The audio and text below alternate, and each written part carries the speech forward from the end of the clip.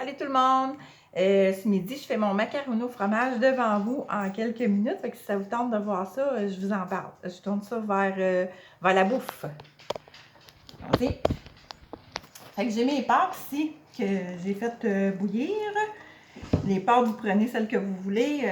Moi, tout simplement, j'ai des petites pâtes que j'achète de quelqu'un qui les fait maison à Drummondville, des bonnes pâtes fraîches sans gluten. Mais vous prenez les pâtes que vous voulez, ça n'a pas d'importance. Puis là, j'ai mis un petit peu de beurre dedans aussitôt que c'était chaud et égoutté parce que j'aime bien avoir du bon beurre dans mes pâtes. Puis là, on prend le sachet ici, qui est le mac and cheese populaire des piqûres. Le mac and cheese, là, attendez une minute, je vais mettre mon mélange puis je vous explique ça, qu'est-ce qu'il y a de spécial. Tu sais, il est pas, vous voyez, là, il n'est pas orange chimique comme peut-être qu'est-ce que vous êtes habitué de voir des fois là, dans les autres marques populaires. Parce qu'on le sait, je me répète, c'est piqûre, rien d'artificiel, il n'y a pas de GM, il n'y a pas de colorant, il n'y a pas d'additif. Donc, on met notre petite poudre fromagée. Là, je vais mettre de la crème. Vous pourriez mettre du lait ou la sorte de produit laitier que vous voulez. Là.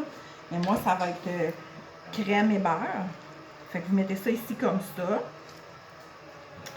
Bon, qu'est-ce que je pourrais vous dire par rapport à notre beau mélange?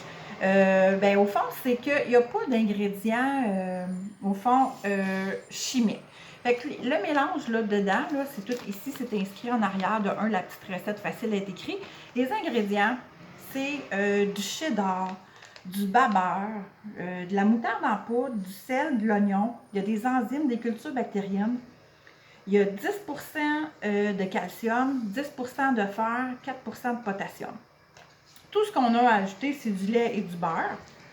Et ensuite, moi, ce que je fais pour le pimper un petit peu, je prends mon épice nachos.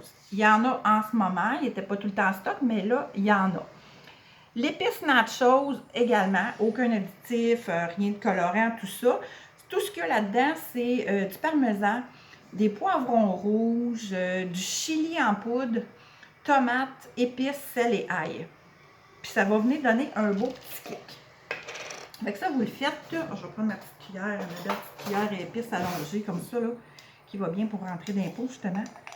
Vous en mettez à votre goût. Ça donne un petit kick, là. Fait que peut-être la première fois, goûtez-y avant. Ça va faire le petit côté orangé aussi que peut-être certains voudraient retrouver. Puis après ça, ben nachos pourra vous servir pour faire des plats avec des chips et des nachos, là, ça c'est sûr. Mais c'est juste qu'ils s'utilisent pour le fun dans des recettes aussi si vous aimez la saveur. Je m'étais fait des petits morceaux de bacon. Fait que moi, à midi, je me mets ça dedans comme ça. Puis j'aime ça quand il y a du fromage qui étire, là, tu sais, quand c'est chaud, là. Fait que je me mets du fromage râpé.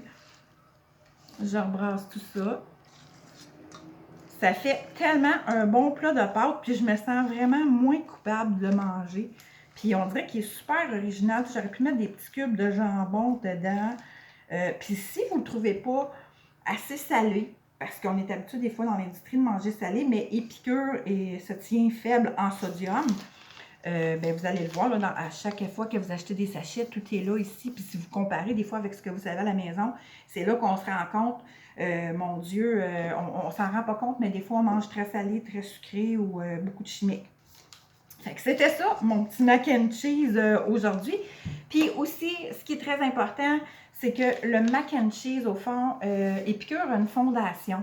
À chaque fois qu'il y a des repas mac and cheese qui sont vendus, Épicure redonne à travers leur fondation des repas à des familles défavorisées. Fait que vous participez aussi à une bonne cause chaque fois que vous mangez du macaroni au fromage. Fait que voici. Fait que c'est mac and cheese, mais pimpé un petit peu aux nachos puis au bacon. Bye!